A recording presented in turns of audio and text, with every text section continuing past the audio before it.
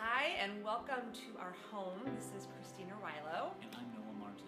And we are so excited to be able to welcome you into this new home that we just moved into on our anniversary. We just celebrated 10, give them a 10, 10, 10, 10, woo, shoo, years of marriage together. And we moved in on our anniversary. And we also had a party on our anniversary in which we gathered some other amazing couples in our lives. And we were all sitting around the table. Do you remember this, Noah? Talking about how we navigate our relationships and what that looks like. What does it really mean to be in connection and have a partnership actually supporting your life?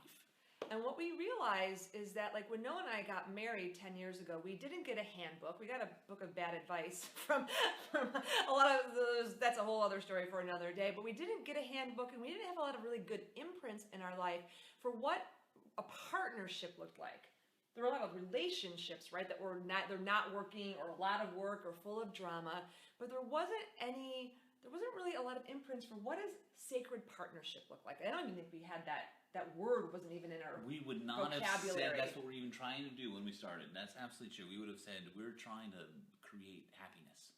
And what we've learned and what we've been reflecting on, like as we looked back over the last 10 years, is that what we actually did was create a sacred partnership, which I think my definition would be where both people, so like Noah and myself, both wholes, you and your partner, or you and somebody that you would love to have a partnership with, is that each person is able to become more fully themselves, more freely themselves, that no one has to sacrifice or compromise, but there's some way that the union actually allows you, supports you to become more of who you are, and actually I think realize dreams that you might not be able to do on your own, or it might be a lot harder to do on your own. There's something you said, and it was something like the whole purpose of having a partnership is so that you can have more of the life you want to have. Is that right? It is, yes, because I think a lot of people, and I know I felt this way, when I not married you, but I almost married the wrong guy for all the wrong reasons, not you, because I loved that person. I thought, oh, if I love this person, that would be enough. But what was true is that we weren't actually in a partnership, and he didn't want the same things in his life that I wanted in mine, and so I was willing to settle and sacrifice. And then when I met Noah 14 years ago, I was clear that I didn't want to sacrifice myself. I wanted to find a partnership that would actually help me even be more of myself and live my dreams. So there's something that we did that was really smart when we first got together. After we were been together for a couple years, but before we got married, we made a love treaty. It was one of the smartest things we did. We actually did a lot of smart things that we actually didn't know we were doing while we were doing them. But we've been reflecting on this now, and we really want to be able to share these things with you. And we want to, can we tell them about the love treaty? Yes. In a second. Okay. So here's the thing. We've been together now 10 years. We've been reflecting on all this 10 years of wisdom we've gained, and we're gonna share some in this video. But if we tried to share everything that we've learned, we would be here for a very long time. So instead, we're going to, on the full moon, be having a live stream called Sacred Partnership, where we're going to be broadcasting into your home. We'd love for you to come here, but you can't all get on the airplane. We can't all fit all of you in, but we can come to you. We can come to you. So we'll be having a live stream that we would love for you to come, and we're going to share these pillars that we've uncovered, that we put into place in our relationship that we didn't even know that helped create the sacred partnership. And a lot of really smart, wise tools, some we got from spiritual teachers, and some that we just kind of made up. Made up, tried, and found out if they worked. As it turns out, Noah has taught me pretty much everything I know about being in a sacred partnership. Thank you for being such an amazing teacher for me and for being so loving. Well, you've inspired me every day to try as best I can to be a great partner for you, because I know you'll do your best to be a great partner for me. And try. I'm not always so good. The love treaty has helped. So let's talk about the love treaty and make sure to, let's just talk about the love treaty. Let's talk about the love treaty. The love treaty, this was one of your brilliant ideas. So tell them about the love treaty. So here's the idea. You have to have some kind of agreement. Otherwise, when you get in a fight, you're going to do things that'll blow everything up. That's just what happens, because you're in a fight and you're mad and you're angry and you're hurt and whatever. So we created a love treaty, which is just a group of agreements about how we will act under the idea of love. And it's kind of like when countries, right? I always get this wrong. When countries sign treaties, they do it before war or after war or during war? They do it to avoid war. Okay, so to avoid war. Which is what we want you to do. We want you to avoid war. Because that's the thing, right? In our partnerships, we want to continually create love and intimacy and connection. And some of us are better at it than others. I will admit that. And there's probably 10, 12 agreements inside the love treaty. Noah has never broken any of them.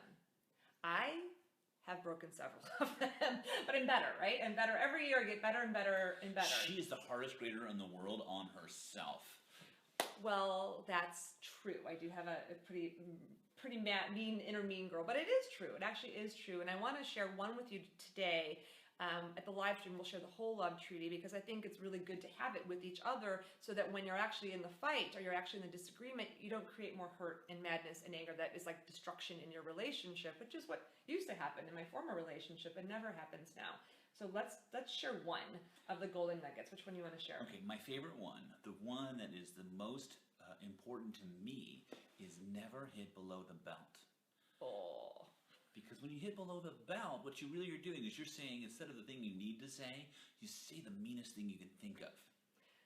And this is why Noah never does it, because his ego isn't mean. My ego, mean. My ego, a bully. My ego, I'll get bigger than you and I will smash you into the ground, even though he's physically bigger than me. So when we get into a fight, when we get into a disagreement, and this was, I think, the hardest thing for me to learn, I've never hit Noah below the belt. Never, not once. She's hit me on the belt a couple times. Luckily, we have a marriage mantra where we have two. One for sure that maybe, so I never hit on the belt, which I'm so happy we have. But but I've hit on the belt, and I know how to hit under the belt because I'm pretty good at it. But I've only hit on the belt, and that still hurts, right? Absolutely. And the hardest thing for me, you all, when I realize, why am I doing this? Why am I, hitting, or like right on that belt, when really I want to create love between the two of us. I want connection, I want intimacy, but in here it's not letting me. I think I have to defend myself. And that was the hardest piece for me, was to be like, oh, the reason I'm getting angrier or madder or saying that word that comes out of my mouth or getting mean or getting cranky is because I'm afraid, because I feel weak, because I can't be with what's going on in here. So I just want to project that all onto you. And I don't really want that job. I'm totally clear with you. I do not want the job of holding all of your projections. So what do you do when I hit you on the belt? Here's the secret. So if I didn't have the agreement you and I would do, I would totally hit you below the belt. If you hit me on the belt, I would just escalate it.